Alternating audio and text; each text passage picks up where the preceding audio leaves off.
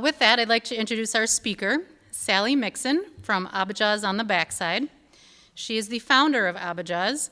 She has an MA in professional counseling and has spent over a decade facilitating sessions and raising awareness of the healing power of horses. She's an exercise rider at the racetracks around the country and advocates for thoroughbreds through speaking and fundraising engagements. She is also the daughter of a Marine and has 2 brothers currently serving in law enforcement, which instills the passion she has to support and serve those who have sacrificed so much. Mark could not join us here today. However, Mark has raced as a professional jockey in both Europe and the U.S. throughout his 20-year career, and he has had over 20 wins in Europe, 800 in the U.S., and the leading turf rider at Canterbury Park for many years that Mark Irvin could not join us, but Sally's going to come up and tell us all about Abijah's on the Backside. Well, thank you so much for having me. I'm Sally Mixon, founder of Abijah's on the Backside. I have been growing up, I grew up with horse racing and horses. In 1988, Winning Colors was a filly, a girl horse that won the Kentucky Derby, and I was 5 years old, and that got me hooked. I grew up, again, like what you shared, a dad as a Marine, both grandparents, great-grandparents, World War I, World War II. So it was very common with dinner to talk about, like, the Battle of the Bulge and, like, all these things. And so that's the culture that I grew up in.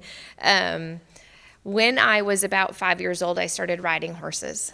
And I remember the day I first fell off, because that's just part of the game, right? And I loved it. And I remember my dad's face. I call him Pa, and he was just like, oh, dear God.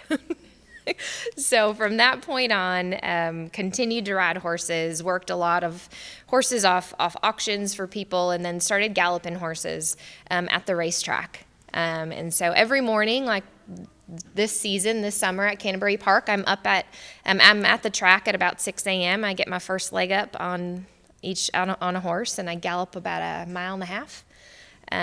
Take them to the starting gate, things like that, and work for barns. I'm also the chaplain at Canterbury Park. So just love the people back there and love our first responders, and I'll get into that a little bit. So the challenge is, that's what the green screen over here says, is off-track thoroughbreds need rehabilitation, and they need a job for their second careers. So a lot of thoroughbreds that come off the track, they might come off the track due to injury. So that could be like a hock or an inflamed tendon, things of that nature, and some of them can't be ridden anymore. And when you're a horse, if you can't be ridden, your value really goes down. So I wanted to kind of expose the racing industry to what these horses, what their true value is, and I'll get into that, because these horses are saving lives. So their value is not just the amount of money that they're winning at the track. Also, being a backstretch worker, I have a passion for those individuals who work on the racetrack. A lot of them come from Mexico, where you're going this week. Fun. And a lot of them face horrific trials. A dear friend of mine, Ricardo, just a month ago lost his son to the cartel before coming up here. So it's real, and the trauma is real that these individuals face. That's the life they live. My good friend Martin, right here, he's a retired jockey. He actually taught me how to gallop race horses, because it's very different than just riding horses. He was doing really, really well years and years ago, but the cartel got a hold of his wife and children, and he had to transfer $60,000 to them, or he'd never see his family again. So that's the reality of many of these individuals at the racetrack. And then, of course, we have our first responders.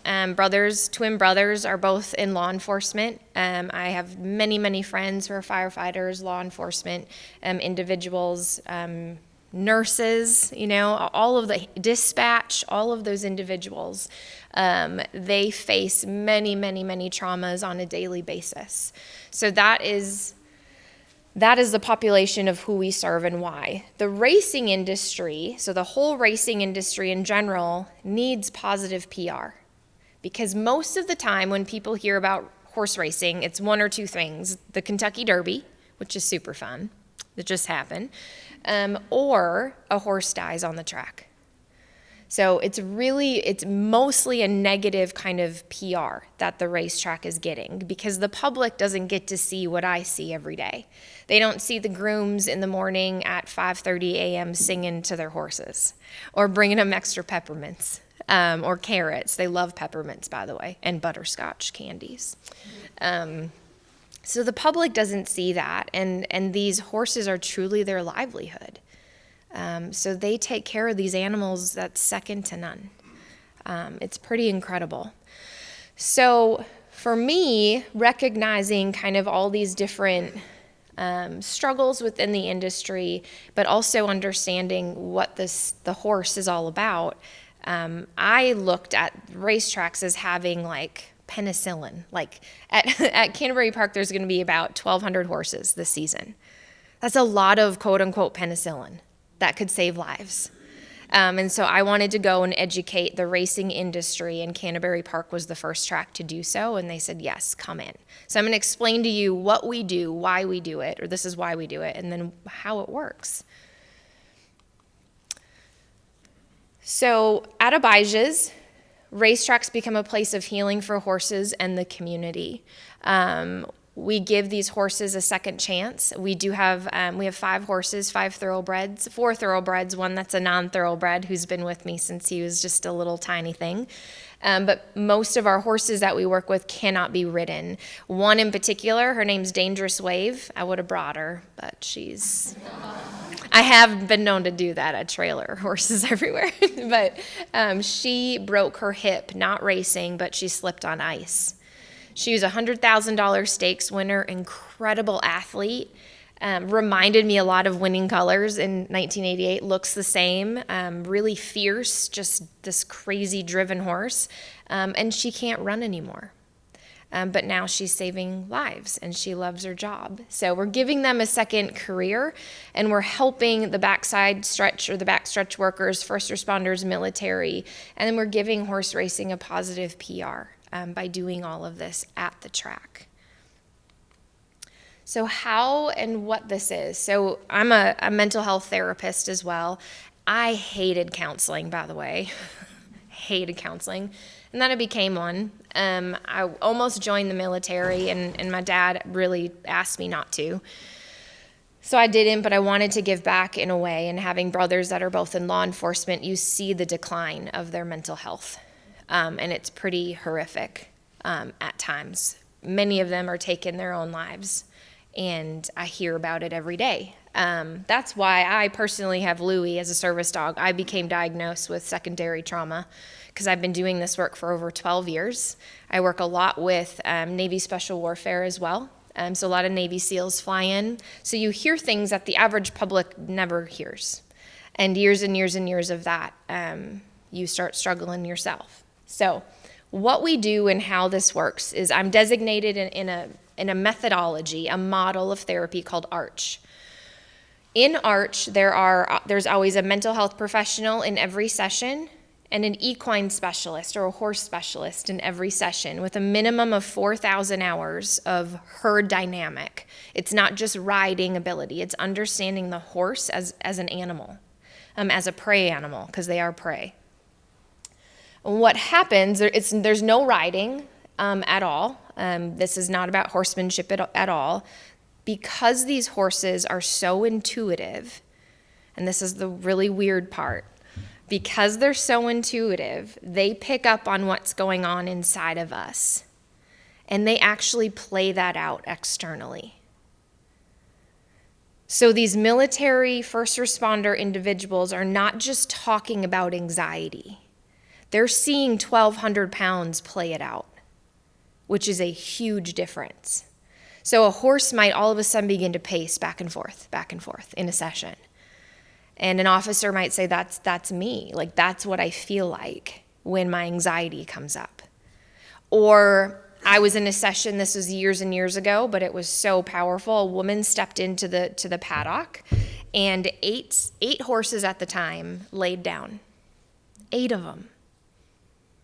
And I approached her and asked, okay, there's 8 things here that are very big that just laid down, like a lot of weight just laid down. And she just started sobbing. And she said, well, I almost took my life this morning. I almost laid down forever. So for that session, she was able to get every single one of those horses back on its feet. So again, rather than talking about it, she's doing something and experiencing something. Trauma, when somebody experiences trauma, your senses are heightened. That's how, as humans, we take in information.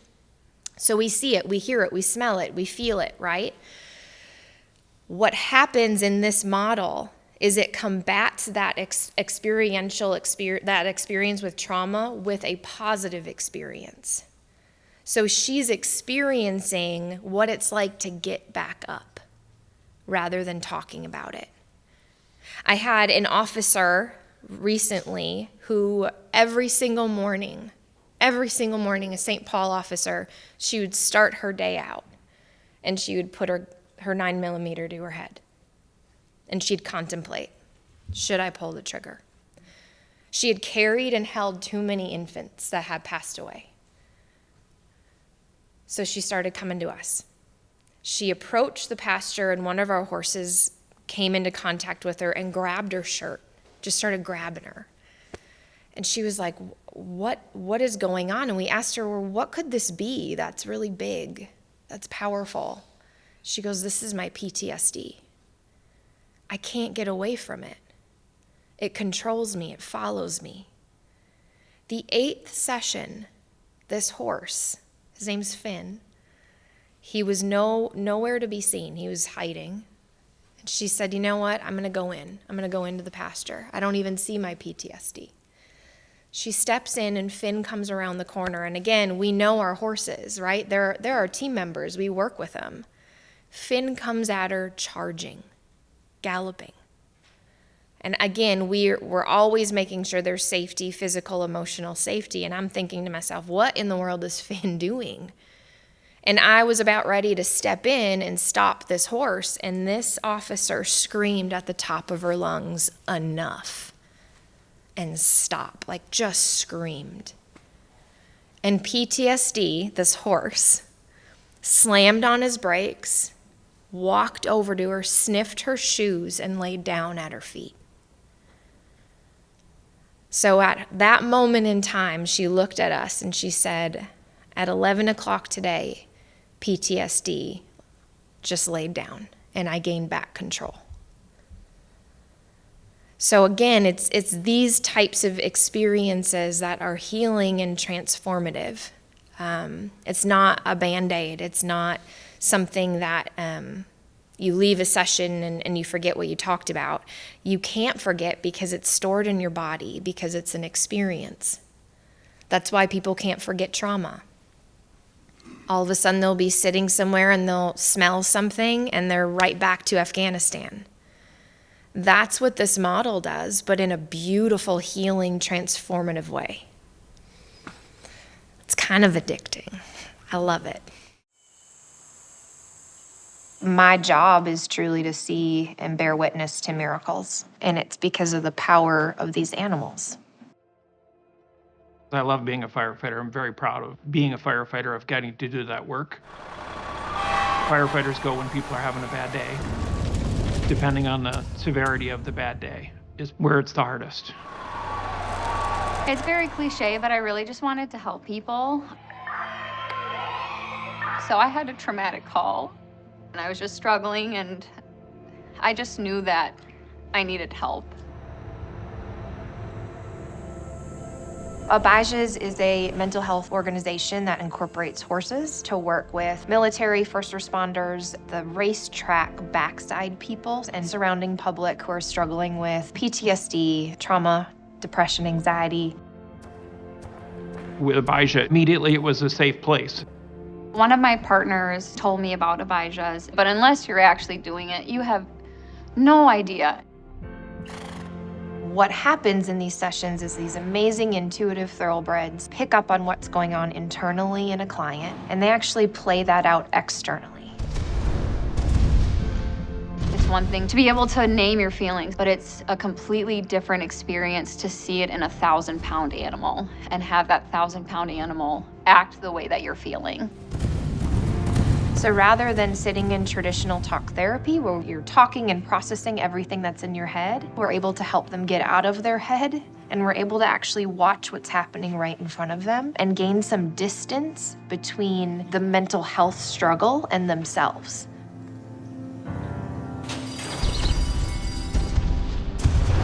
As a jockey, you have to be confident 100%, and it's hard. There's been so many different moments, from high anxiety to depression, and every time I got thrown up on a horse, everything just went away. We use horses that can't be ridden, so their value really goes down. At Abijah's, we see their value through a different lens, and we see them saving lives. To be able to have horses, to show how magical they are, and to have such a great use for them after they're done racing, it's the perfect scenario. When I first heard about it and the work that was going to be done in the backstretch, helping first responders, helping our backstretch workers, I thought that was amazing. Now that we've got mental health on the forefront, we've got racehorse retirement on the forefront, putting those two together really fits Canterbury's mission. I'm in awe of what Canterbury has done for us. That they've opened up their doors and have said, yeah, come on in. And you know that healing will happen here. I think what's been powerful too is seeing how bipartisan the support has been, that this model provides them a healing outlet, that, hey, there's more out there than just the traditional clinical model of therapy. There's such restorative powers that horses have for people. If this becomes the face of racing, that it's a caring sport, it's a caring business, I don't think you can quantify how important that would be. What we hope to do here at Abijah's is remove all the barriers to getting help. Where do you think you would have been without Abijah's? I might have tried to kill myself. I was suicidal. I had some strong suicidal ideation. Needing mental health support isn't a weakness. I truly feel like Abijah saved my life. I was in such a different place when I first started. And it's made me a stronger person. It's made me a better mom. It's made me a better wife, and it's made me a better officer. Abijah's did that. It's been such a life-changing thing for me. To have these amazing horses and bringing this amazing therapeutic experience is the greatest thing I've ever done in my life.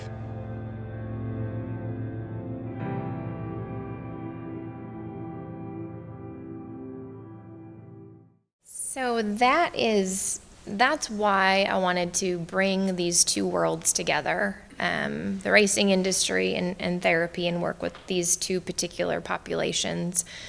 Racing, the underdog always has a chance. Right? You can have a 30-to-1 shot, a 50-to-1 shot, and you always have a chance. And I think every single one of us, all of us in this room, every single one in the world, has at one point in their life felt like the underdog. And nobody believed in them. And so at Abijah's, we come into people's lives at a point in time where they don't have any belief in themselves anymore, and they want to give up. And through their journey, through this type of work, their lives are restored, and they're happy, and they're hopeful. So that's what we do.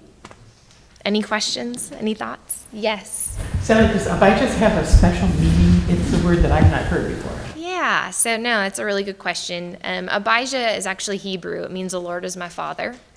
It was the name of my first horse. Horses as a kid, I would read. I'm a weird kid, right? I grew up in a military family, so I didn't like church, thought it was really boring. And then I read Revelation 19:11 when Jesus comes back on a white horse, and I was like, come on. Why are we not talking about this? So that is, got me inspired right away as a kid to read the Bible. And so I wanted to name my first horse after something that would honor him. So, yes, sir. What you're doing is at Canterbury Park. How about other parks? Are they doing the same thing, or is other places doing it? Yeah, so we work with an organization that's near and dear to our heart called Acres for Life, and they're up in Forest Lake. And they do the same work with, they do work with military and first responders, but they work with all other populations as well, where I wanted to focus and hone in on this particular population and make this our niche. We do have other racetracks that are calling us and saying, hey, can you come to us? So Santa Anita out in California, we're in conversations with now, and that's the goal and hope, is that we can bring Abijahs to every major racetrack across the country to save horses' lives and to save our military and first responder lives and our backstretch people. Any other questions or thoughts? Yes, ma'am. This is rather silly, but people are used to me. There is a really nice program on television on Hallmark called Heartland. Yes. And it's been for many seasons. And Amy, who is the lead character in that, knows how to talk, and she helps them. It's really a very sweet program. Yeah. I think it's on Netflix at this point in time. Yeah, it's a good one. Yeah. Question, can you speak to how often do they come per week and how many sessions? And do people continue forever, or do they end at some point? Yep. So sessions, they typically come weekly. They're an hour, 50 minutes to an hour long session. Usually we ask for a minimum of 8 sessions, depending on the trauma and why the individual is coming. They might come to us for a month or 2 months at that point, if it's 8 sessions, or a year or 2 years. It really depends on what's going on. We also offer intensives. So if there's an individual, for example, in the Burnsville shooting happened, we did a wellness intensive. And so we had a number of Burnsville cops arrive and fire. And we did a whole 8-hour long day of really diving into what happened. So it's heavy, but it's so rewarding and amazing. Are you affiliated with the VA or supported by? Or? Yeah, no, that's an interesting question. Not yet. The VA is a really big machine. And sometimes it's tough for them to think outside the box, because this is a very out-of-the-box type of methodology, right? And so because it's an experience, it's also hard to prove. From like a cognitive behavioral therapy, you have proof. So we've been working for years and years with ARCH, this international organization, to create proof and to really say, hey, this is a model where lives are being saved. And so they have started to give some funding to ARCH. And so there is movement.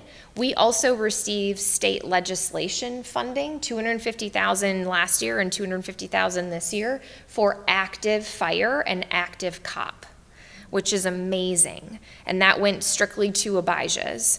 The hard part of that, I was super grateful and blessed by those funds, but we see a number of retired officers and retired fire and retired dispatch. Dispatch doesn't even count as a first responder in the state legislation. Neither does EMS. So it's facet, right? You think it would, it doesn't. A first responder is a cop or a firefighter, according to the state of Minnesota. So those individuals we see for free because they've already served, and that's where community support comes into play, because we don't ever want them to pay anything because they've already given. Yes, ma'am. Does the track then help you financially take care of the horses? So the track allows us to board them there, to keep them there. During the racing season, we do go to a farm during the winter, and we board them there and continue doing the services, just because Canterbury is not winterized yet. So they do allow that, and then they help us market. We talk with a lot of owners, right? So a lot of our racetrack owners help support once they learn what we're doing. So it's definitely a great relationship that way. Yeah. How many horses do you have? How long can they work? How do you rotate them? Yeah, so we have 5 horses right now that do this work 5 days a week. We have amazing staff on our team that will assess each horse every day. So there's some horses that we're like, hey, something's off with this one, and then he won't work that day. Sometimes horses just show us as we get to know them, like they need time off too. But they're always worked out, groomed, all of those things every single day to make sure that they stay healthy, because we need a healthy horse to work in this type of business. So 5 right now, and we'll probably continue to expand that as we grow. So, yeah. This is more of a statement, but I hope you find it interesting. I read an article not too long ago in one of the service magazines, the DMV, I forget where, but it was about a gentleman that had been a fighter pilot during World War II, came home, got married, raised a family. His wife died. They put him in a nursing home, and at that point in time, he started suffering from PTSD because up until then, he had been occupied with all this other stuff. Yeah. And then all of a sudden, It was all there. this horrific stuff from World War II came back. Wow, it's heartbreaking. Yeah. Interesting But fact. interesting. Everybody thinks Yeah. it's immediate. Now, yeah. And that goes back to the retired individuals, right? I mean, they need our support just as much, so. Thank y'all so much. Yes. Give that to you. We'll have some other questions for a couple minutes. We appreciate it. With that, we are adjourned.